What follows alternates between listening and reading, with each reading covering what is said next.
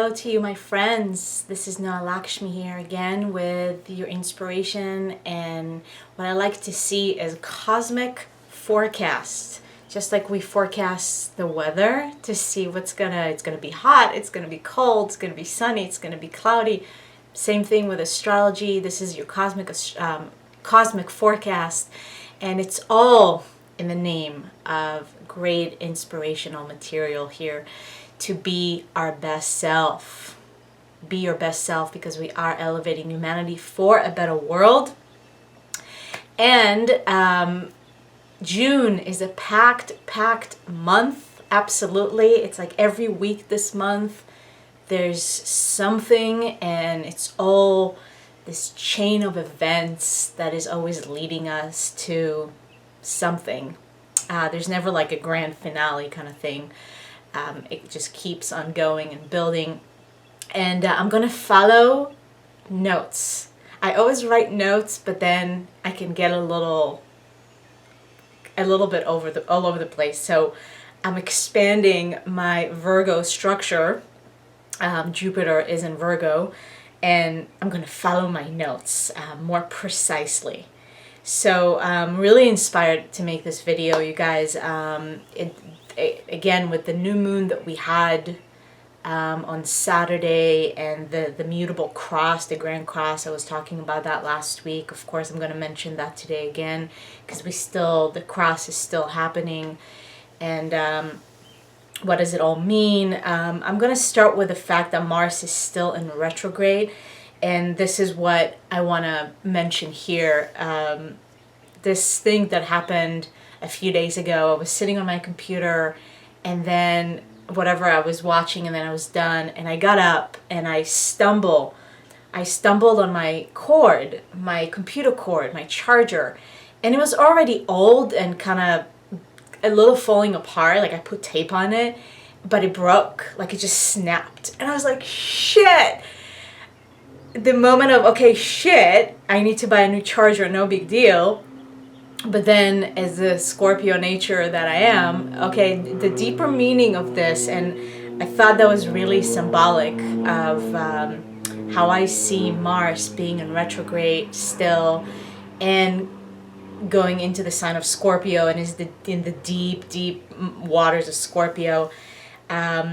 It's a lot of cutting cords. That is what Mars is doing right now, and it's more cords from the past. It's not necessarily things that just started 2 weeks ago, but we're looking at back in 2013 and all the way to, I would say, even 2012 until 2015, that whole time that Saturn was in Scorpio. There's a big cutting of the cords that is happening, and really releasing a lot of past stuff. And with that past stuff, we're talking about, because we have Mars in it and Scorpio in it, I talked about that last week, a lot of sexual stuff that are being dismantled, and some cords that are being cut. Old lovers, old partners, old habits, old patterns, all kind of outdated beliefs. And in all areas, emphasis on sexuality. A lot of you are experiencing things from the past coming back, lovers from the past maybe. So it's not necessarily a sign, oh, we need to get back together, but that energy is coming back to be released, to be resolved if a resolution is needed in that connection. But nevertheless, cords are being cut. And there's just this final transformation. If you think about Scorpio, one of the symbols of Scorpio, the transformation, the transmutation, is the phoenix rising up from the ashes. So whatever the cords that are being cut, and a lot of it is also internal. It's not just you and cords to other people or other lovers or whatnot. It's cords within yourself when it comes to patterns, like I said, and habits, thought patterns, beliefs, all of that, like really examining deep attachments that all come from a sense of security, that this belief, this thought, this habit is giving me some security and whatnot. So all of that is really being cut with Mars. But what I want to emphasize here, that a little bit of a different approach with Venus now conjuncting the Sun, and having that light of the Sun and the awareness, and Venus is all about love and harmony. That the cutting of the cords, and this is how we are shifting from a more masculine approach to feminine approach, that we can still cut the cords, we can still move about life and do things that are not just based on emotions, but we can do it in a place that is, from a place that is more loving and compassionate and harmonious. So that's what I want to emphasize, that the cutting of the cords and whatever it is that you're realizing I need to let go or I'm letting go of, is to do it in a Venus manner rather than Mars, which is more aggressive and fiery and more masculine, but Venus that is more harmonious and loving and honoring, just really valuing, again, Venus, valuing all those cords for whatever reason and whatever they did bring into your life. Those people, those connections, the sexual connections, whatever, even habits and patterns that you are releasing, and just value those cords, knowing that, okay, it's time to release, but again, from a loving place and not, I'm just getting rid of you and like chop, chop, chop, chop, chop, but chop, chop, chop with love, if that makes sense. Because it's also, we have Neptune is in Pisces, it's been in Pisces for a while, will be in Pisces for a little while longer, and Neptune is going to go retrograde next week, which is going to go into that. But what is Neptune in Pisces really teaching us is compassion. So go about life and with ourselves, first of all, high levels of compassion. Neptune is also the dissolver, so a lot of things are being dissolved. So just be gentle with yourself, be compassionate with yourself. Now, another aspect is Venus. Now, Venus goes through cycles, and Venus right now is in the underworld. And what does that mean? That we cannot see Venus in the night sky. Venus has turned into a morning star, and now is in the underworld, what is called. So it's really our deepest issues, and maybe even our darker issues, unconscious issues around money and relationships. And it goes back to all the cords that are being cut. It's with those cords being cut, we are being invited to go a little bit deeper in the underworld and review relationships that we have with money, relationship with ourselves, and just our relationships in general. It's a very introspective time for both Mars and Venus, Mars being in retrograde in Scorpio and Venus now in the underworld. So it's a really interesting time that definitely brings a lot of intensity with this cord cutting and transformation. But for what? Really to just rise up even higher, and rise up to the light brighter and stronger than ever before. So some of you that are going through a lot of intensity and feeling that transmutation happening on the inside, again, to be gentle with yourself and to know that moving through the darkness, moving through the muck, moving through the heaviness and the intensity is only a phase to bring you into more integrated state and a lighter state. Now we're finding new truth. This whole Mars in retrograde, going back to Scorpio and then coming back. Mars is going to go back into Sagittarius, all right?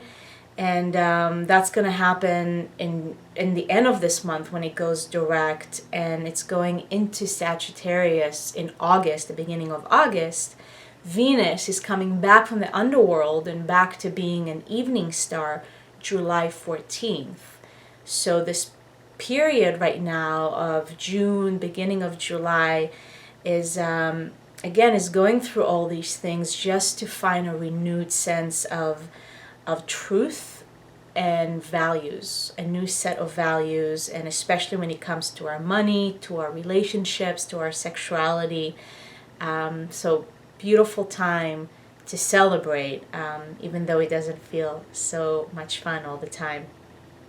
Now, the new moon that we just had on Saturday and the conjunction with Venus and this whole mutable cross that is occurring to really help us facilitate the changes that that are being implemented as a result of this deep cord cutting process, us dissolving a lot of patterns and attachments, belief systems, all this outdated stuff, our beliefs about ourselves, some relationship habits that we have with ourselves and other people that are just not serving anymore.